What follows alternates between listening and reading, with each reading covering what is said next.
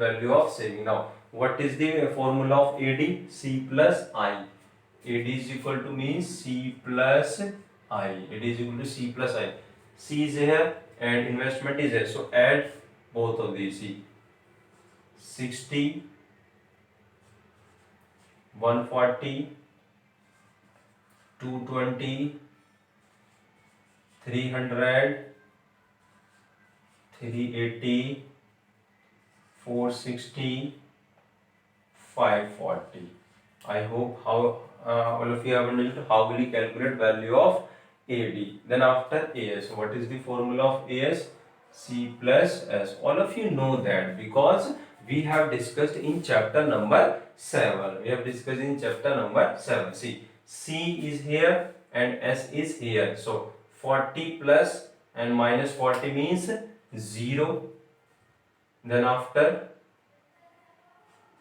100, then after 200, then after, see, please add 0, 100, 200, 300. Then after, see, yeah, it is clear. See, 360 plus 40, 400, 440 plus 60, 500, 520 plus 80, 600, 600. So this is the value of AS. This is the value of AS. See, this is the value of aggregate demand and this is the value of aggregate supply. See, at 300 level of income, at 300 level of income, aggregate demand is equal to aggregate supply.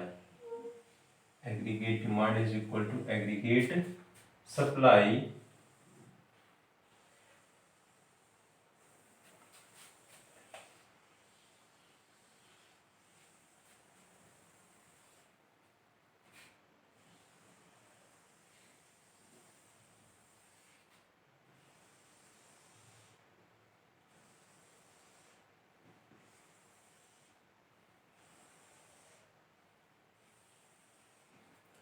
Now see here.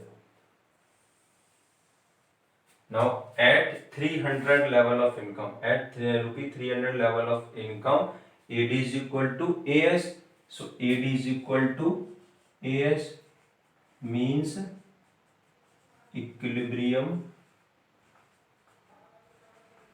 level. This is the equilibrium level because we know that according to this approach, equilibrium level of income is determined where aggregate demand is equal to aggregate supply. See, equilibrium level of income, we are talking about determination of equilibrium level of income. We are talking about determination of equilibrium level of income. So equilibrium level of income is 300, means equilibrium level of income is 300 according to this schedule. Now see here, now means before 300, AD is greater than AS, AD is greater than AS, AD is greater than AS, and beyond means beyond equilibrium, before equilibrium, AD is greater than AS, beyond equilibrium level means AD is less than AS, AD is less than AS. So I hope all of you have understood how will you make. First of all, you will write definition of this. First of all, you will write definition of this. Then after you will show symbolically, AD is equal to AS. AD is equal to AS. Then after you will show this type of table. Then after you will show diagram. Then after this we are going to discuss diametrically representation of means this approach. Please pause the video and note down this.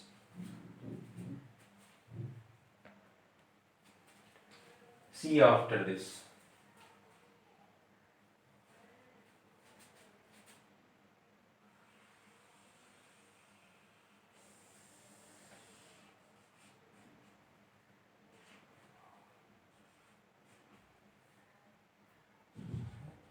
aggregate demand is measured on the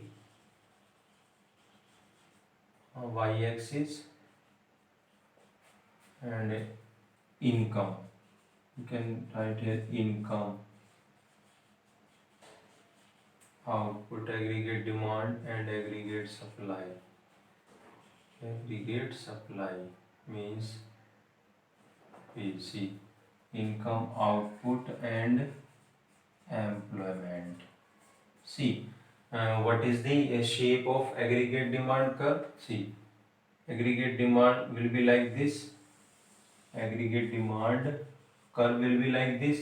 You all of you know that because in chapter number 7 we have discussed. In chapter number 7 we have discussed.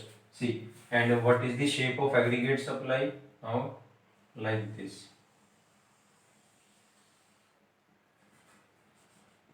AS. So see, at this point AD is equal to AS. At this point AD is equal to AS because AD and AS, because AD curve and AS curve intersect each other at point E. So this corresponding to point E, OY is the equilibrium level of income. OY is the equilibrium level of income. So means determination of equilibrium level of income is OY corresponding to point E. See, this is 45-degree line. AS curve is also known as 45-degree line. So this is the diagrammatic representation of this approach. Now after this means you will not show this diagram with the help of schedule, but shape of AD and AS you will show like means according to schedule, and all of you know that how will you show means aggregate demand curve and aggregate supply curve. After this, how will you explain this diagram? See, in the above diagram,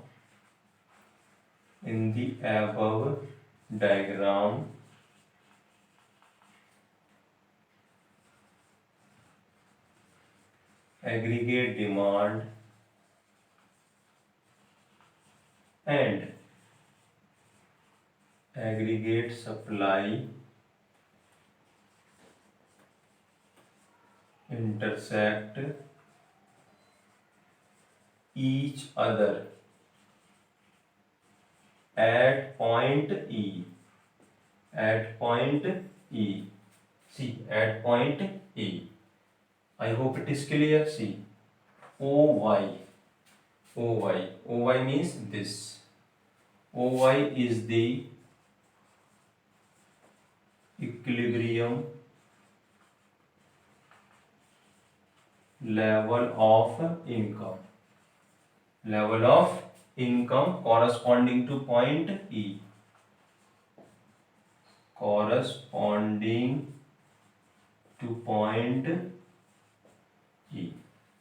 So I hope this is the explanation. Means in the above diagram, aggregate demand and aggregate supply intersect each other at point E. OY is the equilibrium level of income corresponding to point E.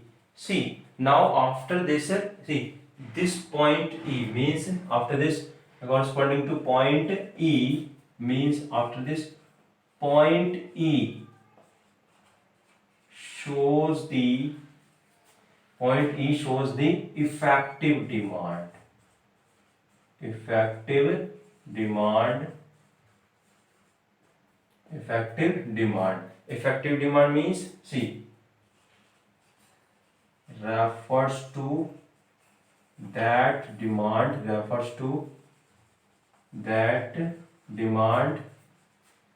which